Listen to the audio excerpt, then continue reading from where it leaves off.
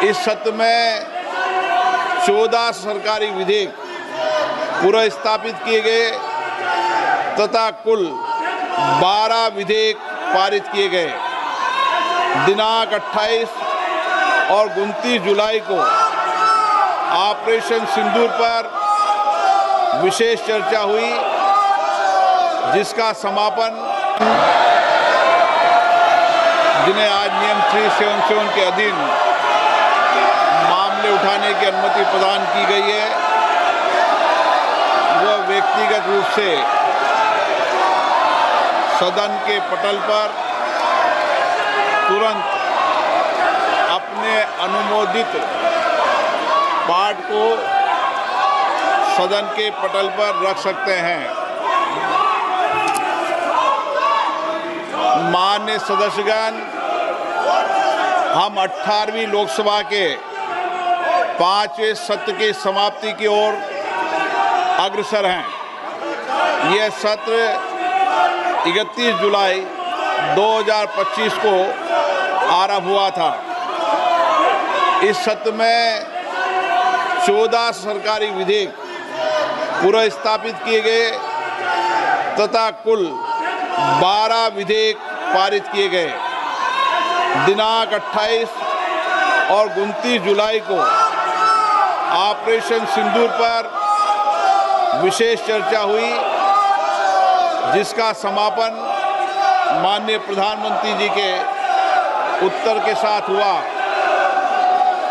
दिनांक 18 अगस्त 2025 को भारत के अंतरिक्ष कार्यक्रम की उपलब्धियों पर विशेष चर्चा प्रारंभ की गई।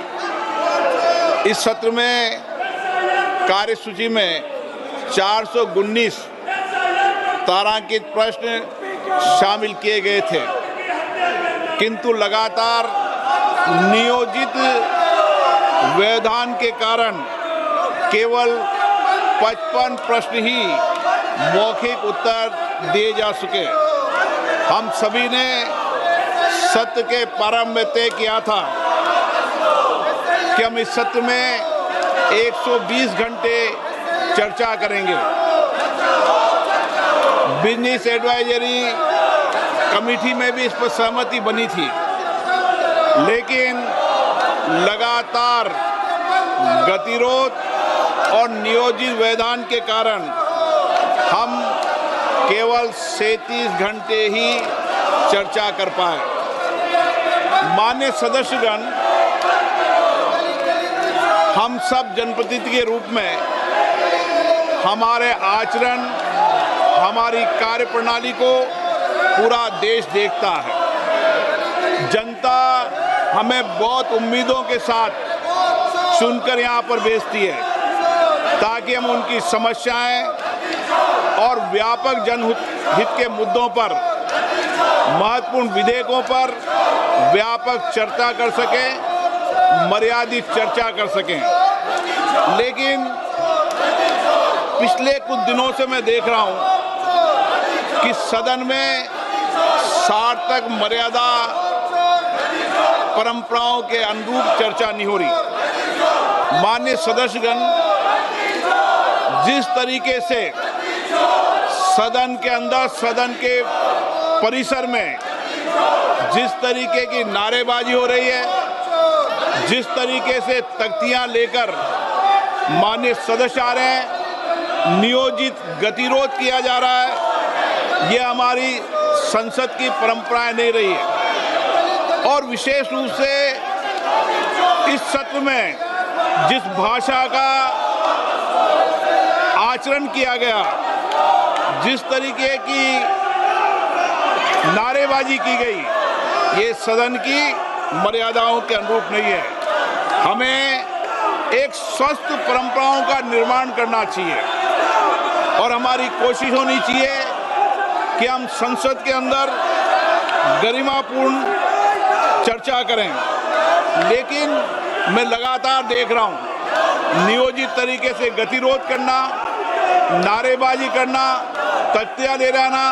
मैं आपसे आग्रह करना चाहता हूं कि ये देश का सबसे बड़ी लोकतांत्रिक संस्था है हमें इससे बचने का प्रयास करना चाहिए और संसद के अंदर भी और संसद के परिसर में भी हमारी भाषा संयमित और मर्यादित होना चाहिए।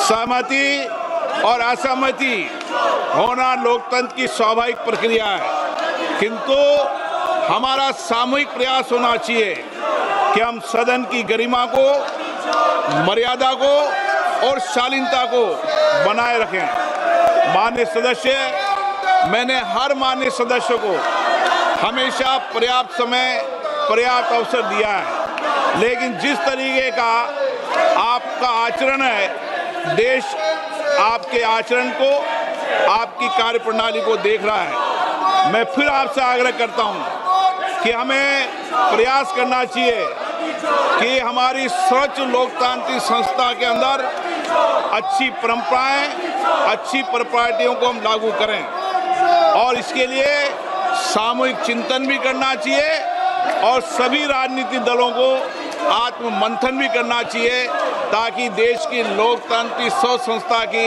हम मर्यादा को बना रखें और यहाँ अपने आचरण व्यवहार से एक आदर्श स्थापित कर सकें।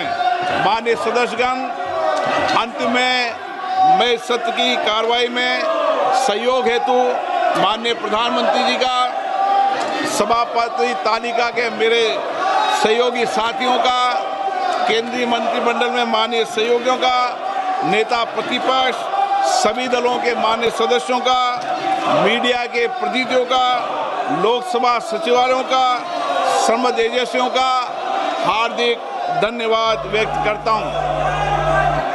अब मैं सभी माननीय सदस्यों से आग्रह करता हूं कि राष्ट्रीय गीत के लिए, वंदे मातरम की धुन के लिए कुछ देर